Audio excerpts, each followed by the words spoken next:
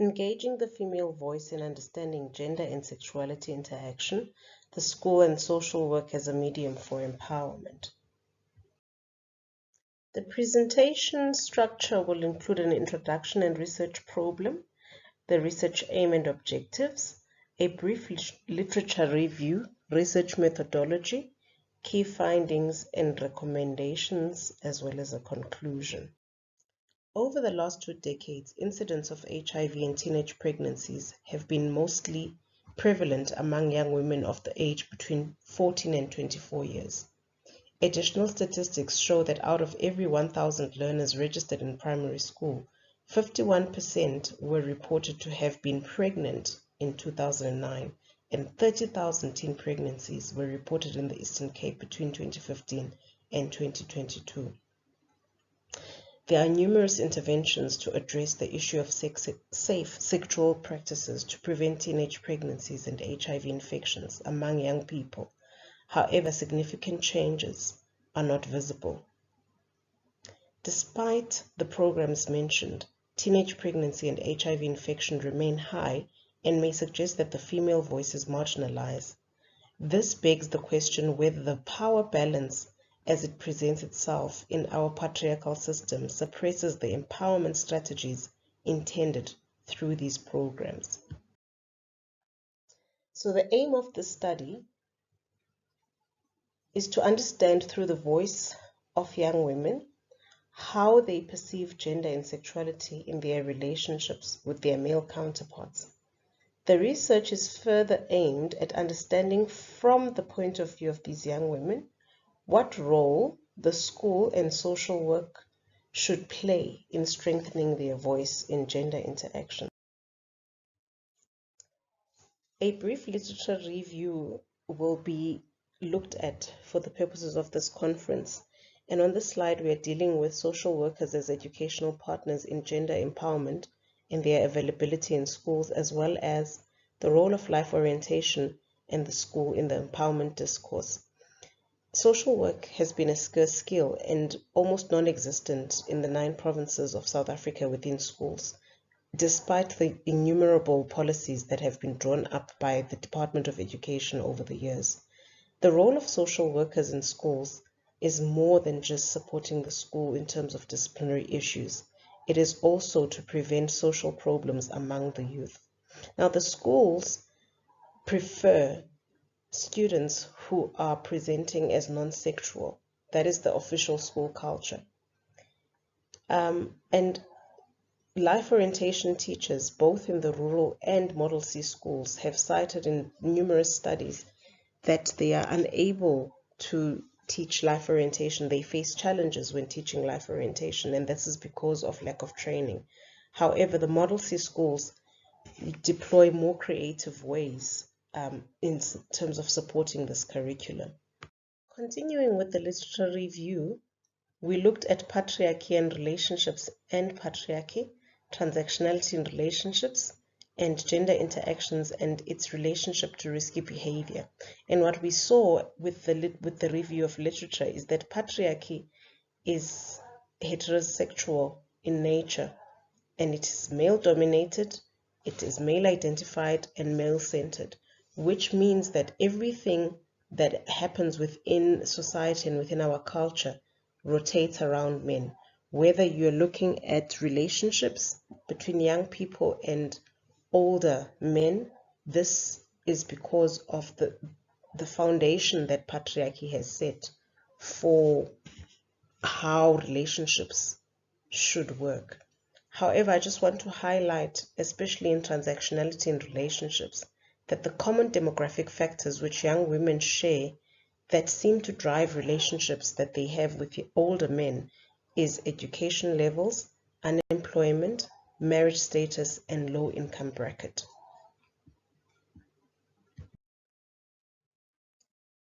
The theoretical framework that was used was that of Humanizing Pedagogies and the works of Judith Butler reflected in her work around performative construction of identity. A critical ethnographic design was employed to understand society and critique and potentially change it. A non-probability purposive sampling technique was used to sample the young women that were participants. 15 young women ended up participating in the study.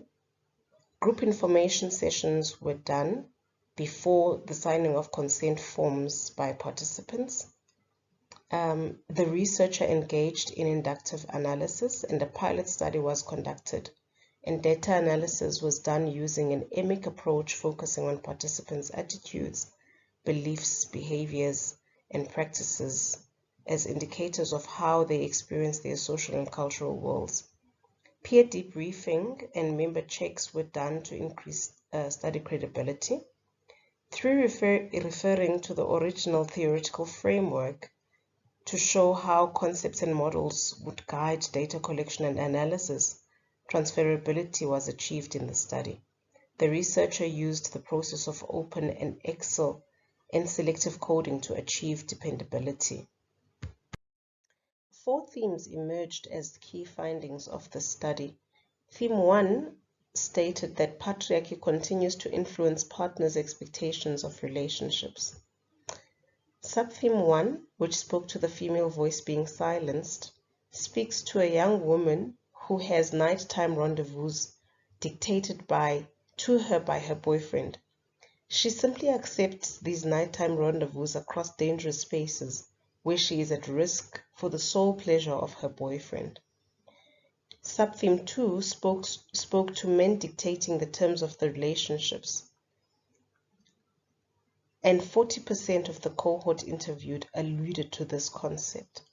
Participant 4 said, "I would fear that he will leave me for another person whilst I am here at home with limited chances of finding another person."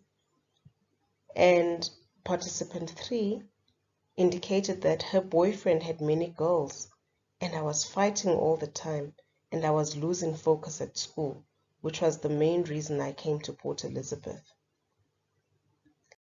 Subtheme 3 speaks to the risk of abuse remaining present within relationships. A number of participants indicated that the risk of abuse still remain within their relationships. Participant 11 shared during her interview that she had been sexually abused by her boyfriend. This she believes to be true, despite the boyfriend's casting a doubt to what she knows to be true. An extract from her interview states that, "And it's bothered me for 8 years now. That's what I'm thinking all these years, because I thought I was right because I said no. I let him do that to me." As you can see, there's a lot of doubt within this interview that she had actually said no because of the abuse and violence that she had to then endure within that space. Subtheme 2, or rather theme 2, speaks to performing gender in partner relationships. Subtheme 1 spoke to transactional engagement with partners. Participants 3 affirm this when she states that she was mesmerized by the lifestyle that her boyfriend was exposing her to, and she recognized that this was because of the experience afforded to him by his age. "I was taken by the life that he was giving me. It was nice because he was showing me things and places I'd never gone to before." Subtheme 2 speaks to performing societal expectations in partner relationships. Here we see participant 13 indicating that, "I think but from previous generations, we have that mentality, seeing our mothers worship our fathers because he is the man of the house. For example, giving our father big pieces of meat. The father gets meat and we only get the gravy. The kids don't get meat. There is a differentiation even in the way food is served. It is a generational thing. It is a man who dominates these days because of the generational influence. I think it's our culture." So we see here how culture, in terms of how relationships play out in society, the infusing of culture within how relationships work. Theme 3 spoke to the school in the empowerment discourse. The role of life orientation in the empowering young female learners. The participants who are part of the Rise Out of School intervention program are divided regarding the role that life orientation played in empowering the female learner. Participants in the study cited quite different, diverse reasons why LO was either empowering or not for them. For example, participant 12 stated that LO played a very big role because if ever I didn't have the knowledge from LO, it would mean now I am sick or have children because that guy who wanted to have sex with me without using a condom, but because I knew of people who were sick, I insisted on a condom. Whilst reflections from participant 9 looked this way. We didn't talk about having sex with our partner, and for me, it's like the teachers were too scared to talk to us about it. But basically, it would have helped us to know better, to do better, to know what to do in some situations. Subtheme 2 spoke to teachers creating a humanizing educational space. And participant 15 sums up this eloquently when she states that, for example, when a young woman feels like this relationship is not working for me, they must be free to talk freely to either the teacher, the social worker, or the principal. The young person must be able to approach these professionals with their problems and feel free to do so. Participant 4 echoes this. I was not close to my teachers back at school, and maybe if I were, then I would have turned out differently. This shows us how important the teacher-learner vulnerable humanizing space is to be able to empower young women's voices and move them from the margins to the center. Theme 4 spoke about social workers as educational partners in gender empowerment, and the sub-theme that emerged there was social work availability in schools. Participants seem to echo each other when they speak to the values and principles that social workers have, which make it easy for young people to confide in them, such as the non-judgmentalism and dignity and worth of the person. Participant 12 states that this person, the social worker, doesn't know you, so they won't judge you. I feel like what I'm saying is safe. For example, I can get into a taxi and vent out on a topic because I won't see them again. It's because it becomes easy to talk to them. That is how a social worker is. Your information is safe. And participant 13 echoes the sentiment purported by participant 12 and states that all the social workers that I have come across have been very helpful and would make me feel like my disclosures are confidential. The social workers never judged me. She always was very helpful. Even if I told her my issues with boyfriends, she would not judge me. She would give me advice that I think built me. Participant 13 also mentioned that social workers were helpful to her after she lost her mother. This is a critical reflection that the participants have had around social workers as educational partners in the gender empowerment discourse. The recommendations that were put forward included recommendations for further study, for policy change, practice and training, intervention and empowerment programs, as well as for multidisciplinary teams in schools.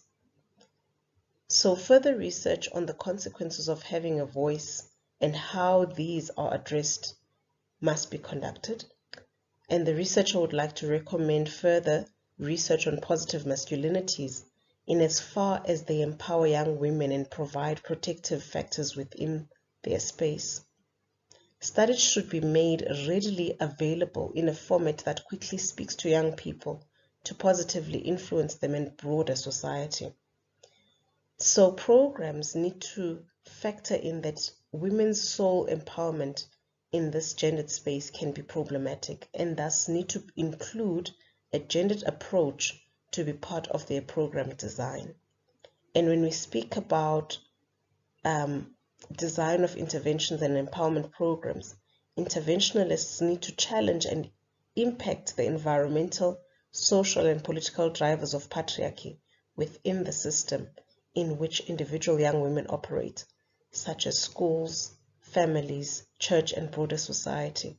And finally, spaces such as mixed empowerment groups and forum theatre, where issues of consent, understanding that sexual violation can happen in marriages and relationships, are strategies that social workers and other professionals within the multidisciplinary team can employ to open the space for young women to have a voice about their lived experiences and educational needs.